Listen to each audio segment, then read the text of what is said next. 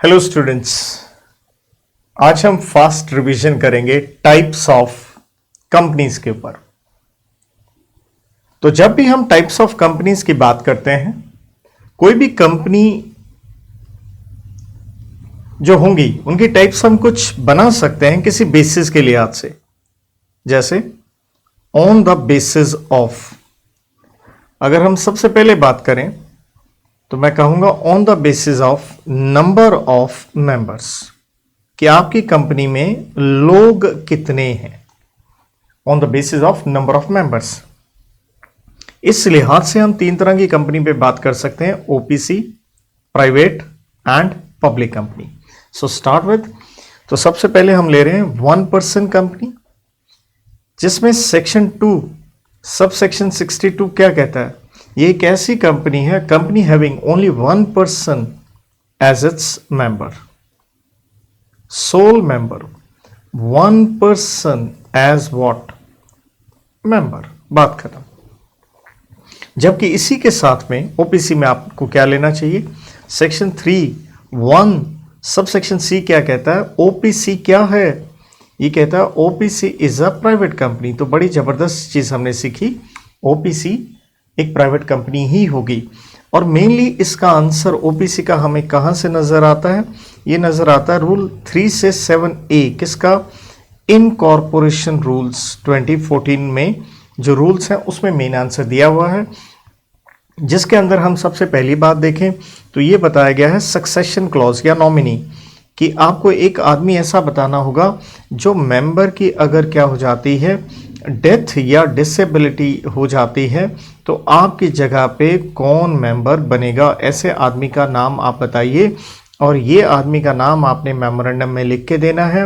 और इस आदमी की जो नॉमिनी है इसकी आपने कंसेंट भी लेनी है और ये कंसेंट रिटर्न होनी चाहिए। ये आदमी चाहे तो अपने आप को नॉमिनी से विड्रॉ भी कर सकता है और एज ए मेंबर अगर आप इसे रिप्लेस करना चाहें तो कर भी सकते हैं, जिसमें सिंपल कार्रवाई ये होती है कि भैया नोटिस वोटिस तो देने होंगे और इन सब चीज़ों की आपको आरओसी के पास क्या करनी है? फाइलिंग भी करनी होगी।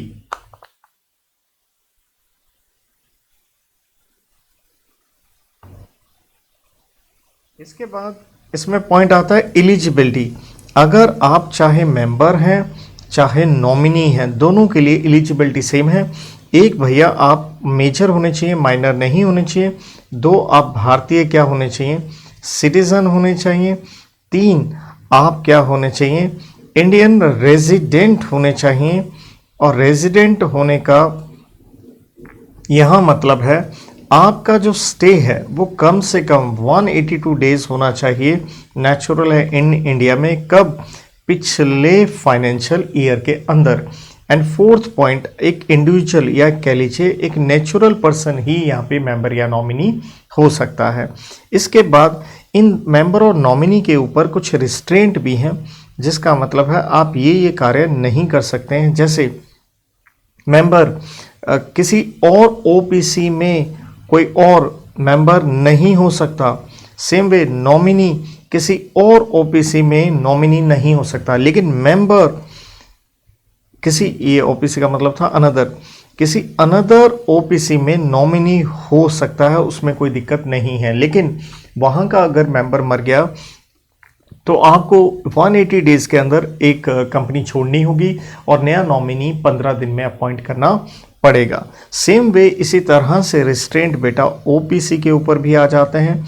ओपीसी ये कार्य नहीं कर सकती भाई, कौन कौन सा? वो NBFC, non banking financial company कह लीजिए, या वो पैसा नहीं लगा सकती किसमें? In securities of other body corporate में पैसा नहीं लगा सकती। Same way OPC section 8 company में ना तो इनकॉर्पोरेट हो सकती है और ना ही वो अपने आप को सेक्शन 8 कंपनी में कन्वर्ट कर सकती है। और इसी कैटेगरी में आता है ओपीसी अपनी इनकॉर्पोरेशन के 2 साल के भीतर भीतर अपनी मर्जी से वॉलंटरी वो अपने आप को कन्वर्ट नहीं कर सकती, किसमें? किसी पब्लिक या प्राइवेट कंपनी के अंदर आप कन्वर्ट 2 साल के अंदर नहीं कर सकते हो। लेकिन अगला पॉइंट रिवर्स वे में है, आपको कंपल्सरी ही कन्वर्ट करना पड़ेगा अपने आप को प्राइवेट या पब्लिक कंपनी में, वो भी 6 महीने के अंदर अंदर, अगर आपकी पेड अप कैपिटल क्रॉस कर जाती है 50 लाख से, या फिर आपकी टर्नओवर क्रॉस कर जाती है 2 करोड़ से। और टर्नओवर का यहाँ मतलब एवरेज टर्नओवर है, और ये है पिछले 3 फाइनेंशियल ईयर की। तो देखिए फर्स्ट रिवीजन है, तो फर्स्ट मेन पॉइंट सारे लिख के आपको करवा रहा हूँ, आप साथ में लिख के करना चाहें कर सकते हैं। इसके बाद हम आगे बढ़ते हैं प्राइवेट कंपनी के ऊपर।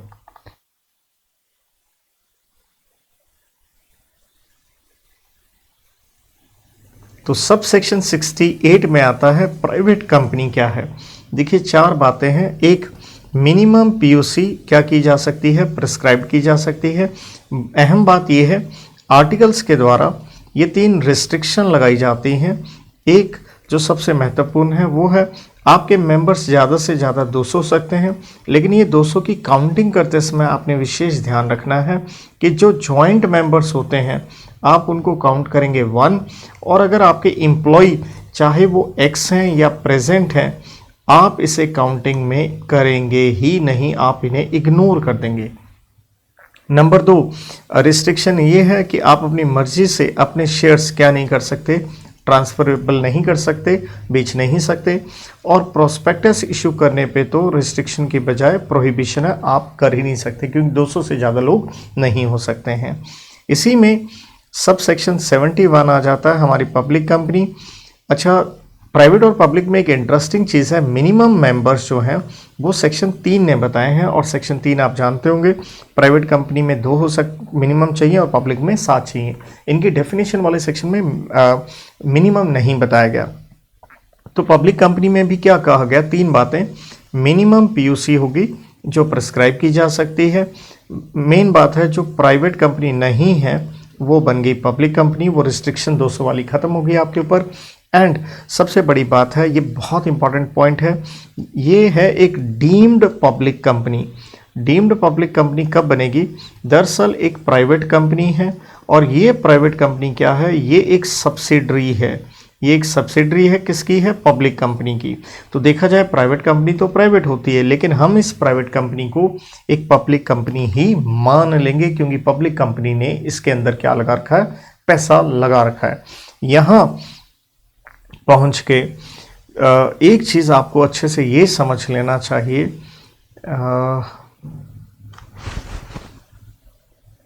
ये इसे एंड में हम एक चार्ट से और ले लेंगे। चलिए, ये था on the basis of number of members की बात करें।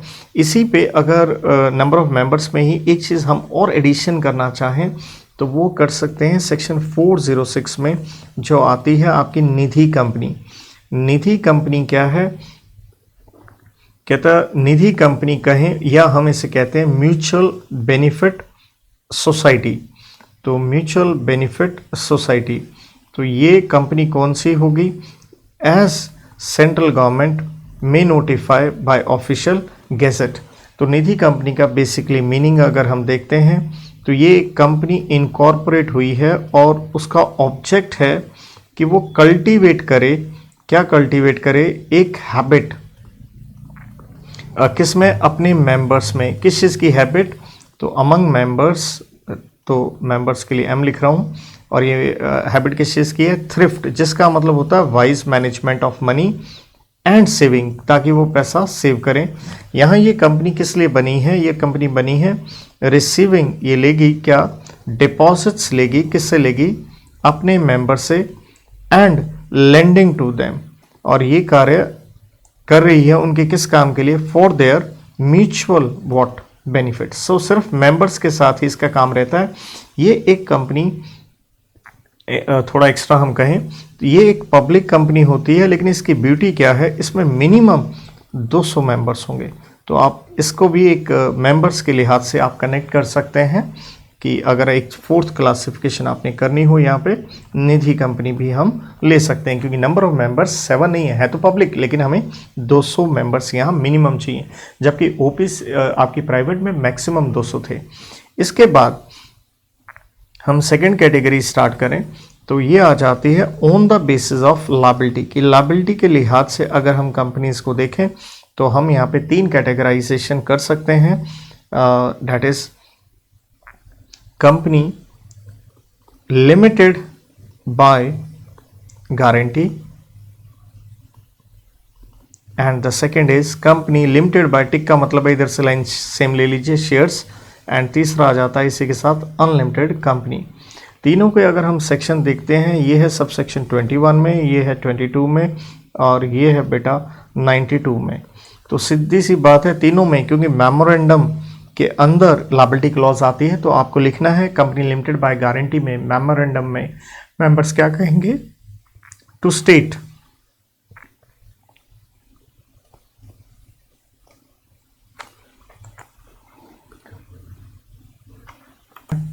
तो मेंबर्स की यहां पे लायबिलिटी क्या होगी, लिमिटेड होगी, और कितनी लिमिटेड होगी, up to the amount they undertake, जो उन्होंने कहा कि वो इतना पैसा देंगे, और कब देंगे, इंपॉर्टेंट बात यह है at event of winding up of company, company बंद होने पे पैसा देंगे, उससे पहले नहीं देंगे।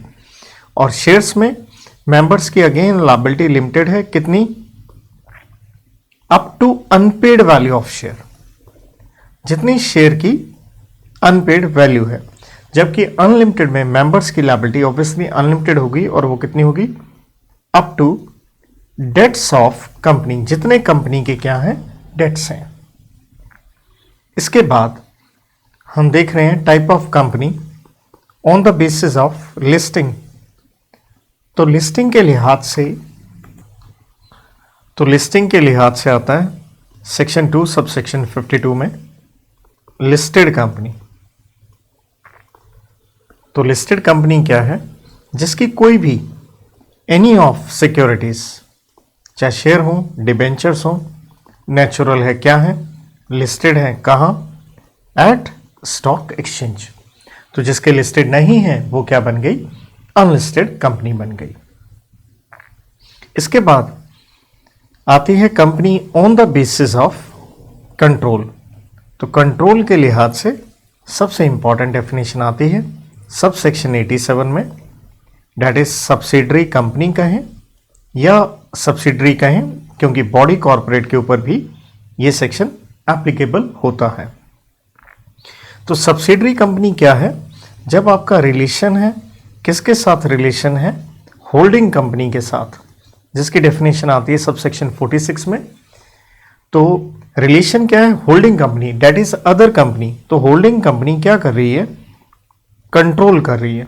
क्या कंट्रोल कर रही है, या तो आपका composition of board of directors का कॉम्पोजिशन, और वो कंट्रोल कब कर सकते हैं, अगर आपके पास पावर है उनको अपॉइंट या फिर क्या करने की बेटा, रिमूव करने की आपके पास पावर है, या फिर आपने किसी और कंपनी के, या यूं कह लीजिए होल्डिंग ने सब्सिडरी के more than 50% voting rights, voting power ले रखी हैं, और ये वोटिंग राइट्स शेयरों से आते हैं, इक्विटी शेयर से आते हैं। कैसे लिए हैं, या तो खुद इटसेल्फ और थ्रू सब्सिडरी और थ्रू सब्सिडरीज, एक से ज्यादा।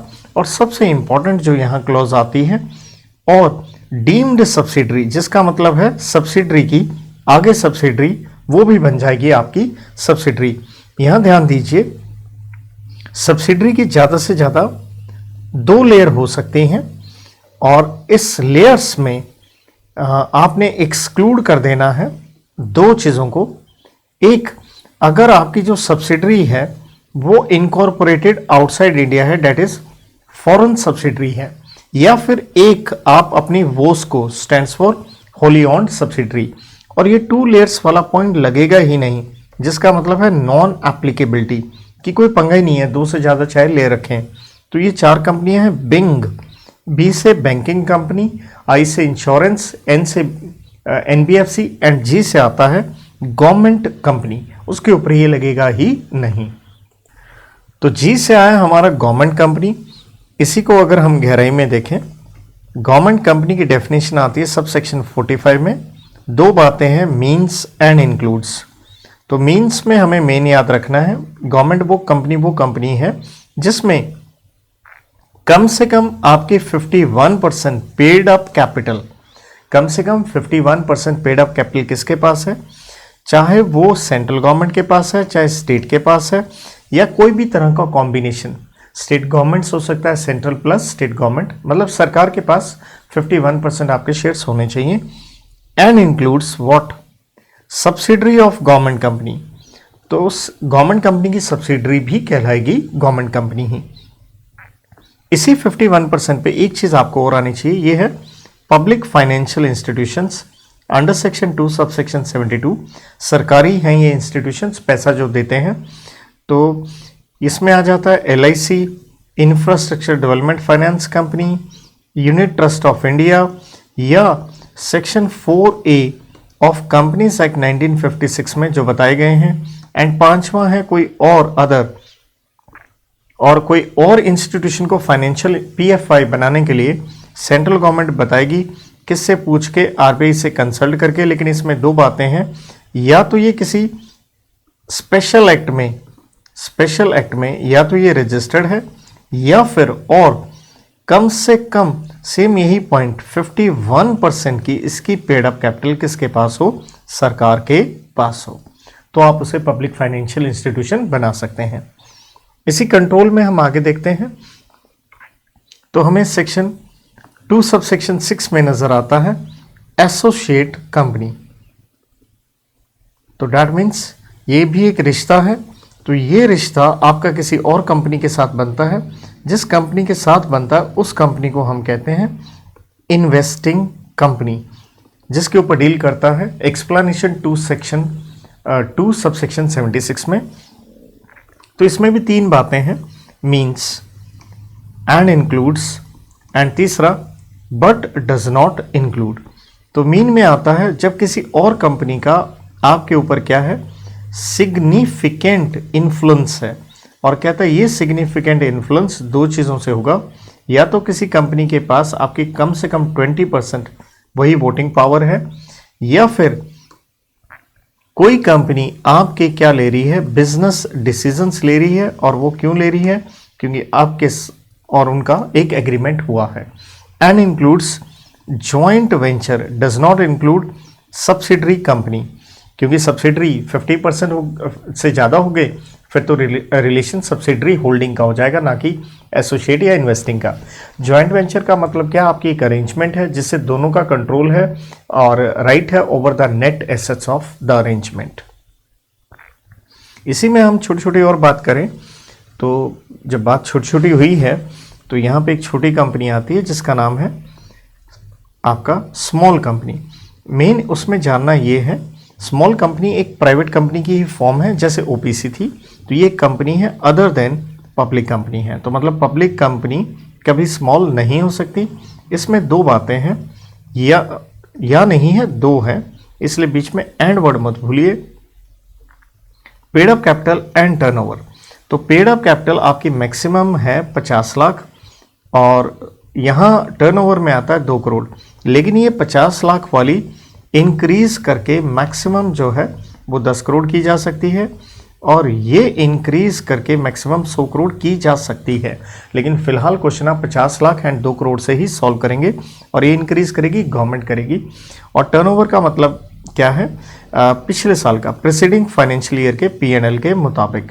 लेकिन इसमें एक चीज़ और जानना ज़रूरी है, नॉन एप्लीकेबिलिटी, मतलब ये क्लोज नहीं लगेगी किसके ऊपर, होल्डिंग कंपनी कभी स्मॉल नहीं होगी, सब्सिडरी कंपनी कभी स्मॉल नहीं होगी, सेक्शन 8 कंपनी जो हम अभी पढ़ेंगे वो स्मॉल नहीं होगी, या कोई कंपनी या बॉडी कॉर्पोरेट जो बनी है एक स्पेशल एक्ट के अंदर। तो कंपनी और बॉडी कॉर्पोरेट का भी जिक्र आया है।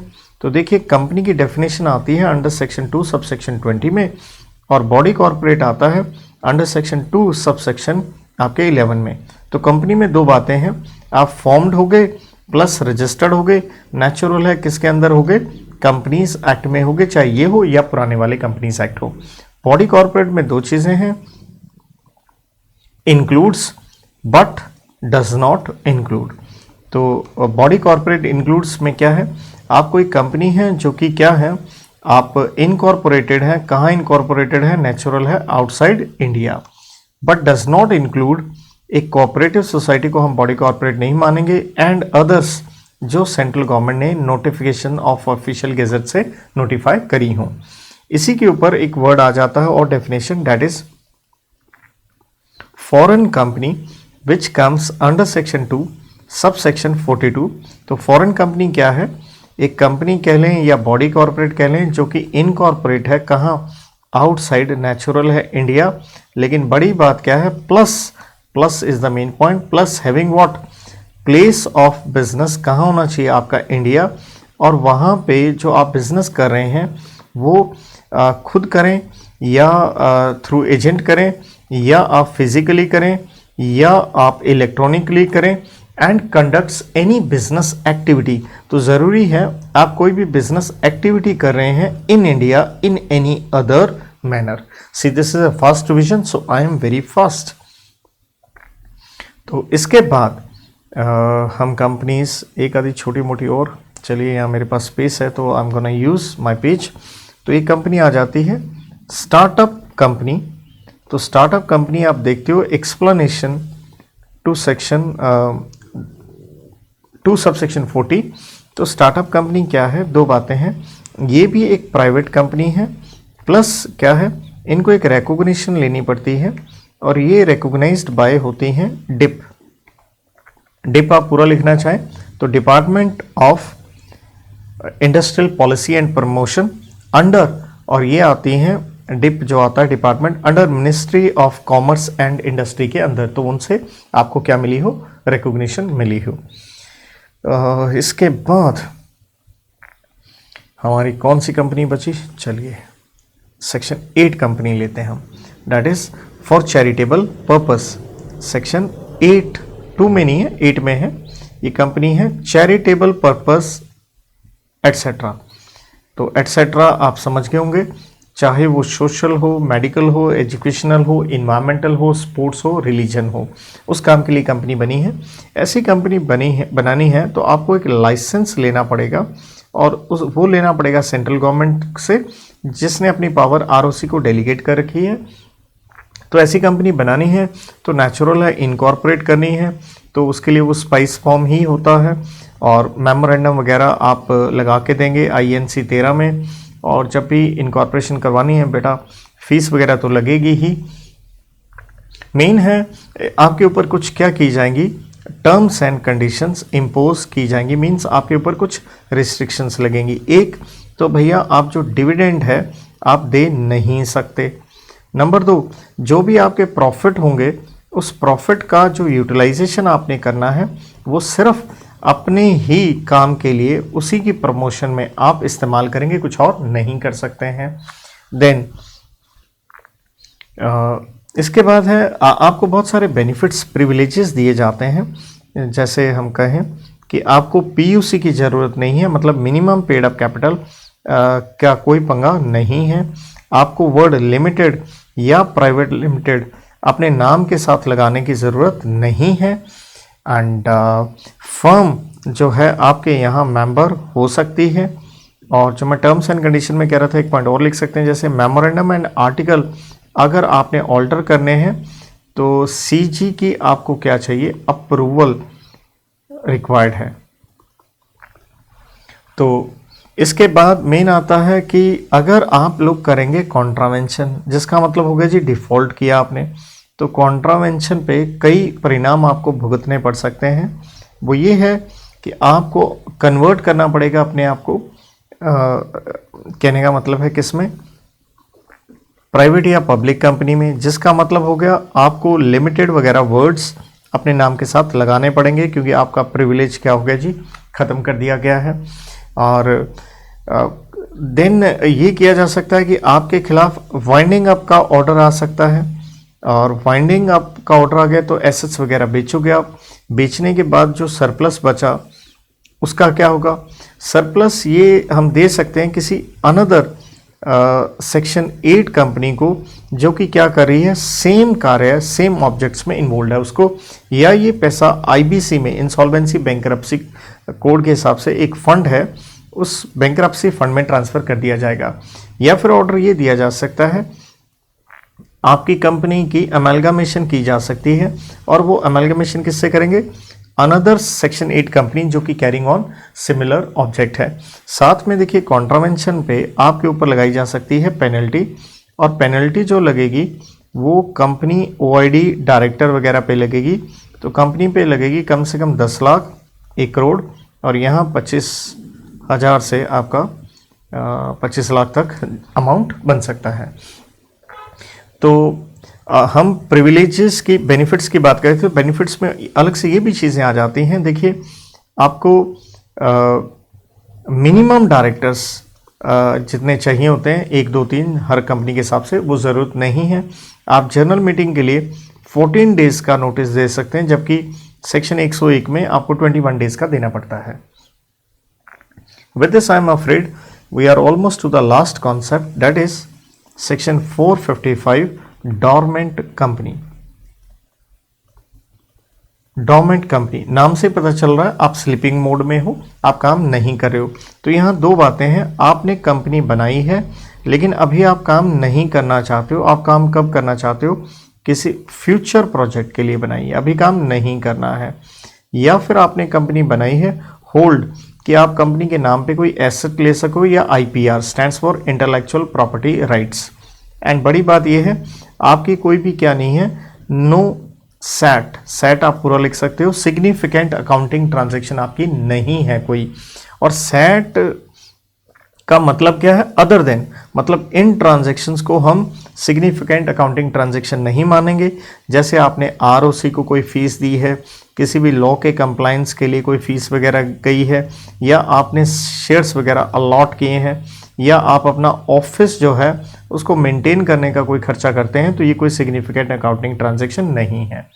दूसरा तरीका ये हो सकता है आप पहले काम करते थे, आजकल आप नहीं काम कर रहे हो, तो हम आपको कह सकते हैं आप एक इनएक्टिव कंपनी हो गए हो, लेकिन कंपनी को जिंदा रखने के लिए आप उसको डॉर्मेंट के रजिस्टर में डलवा रहे हो। तो इनएक्टिविटी का मतलब क्या हो गया? नो बिजनेस एक्टिविटी कहें या ऑपरेशंस, कोई कार्य नहीं कर रहे हो। या फिर क्या नहीं की है? नो फाइलिंग, आपने फाइलिंग नहीं की है ROC के पास किस चीज़ की? फाइनेंशियल स्टेटमेंट की एंड एनुअल रिटर्न की, और आज 2 साल हो चुके हैं, तो आपको इनएक्टिव वाले रजिस्टर में डाला जा सकता है। With this I am afraid कि लगभग जितनी तरह की कंपनियां हैं उनका रिवीजन मैंने बहुत ज़्यादा फास्ट वे में कर दिया। होप सो आपको यूटिलिटी मिले। Thank you, good luck and God bless.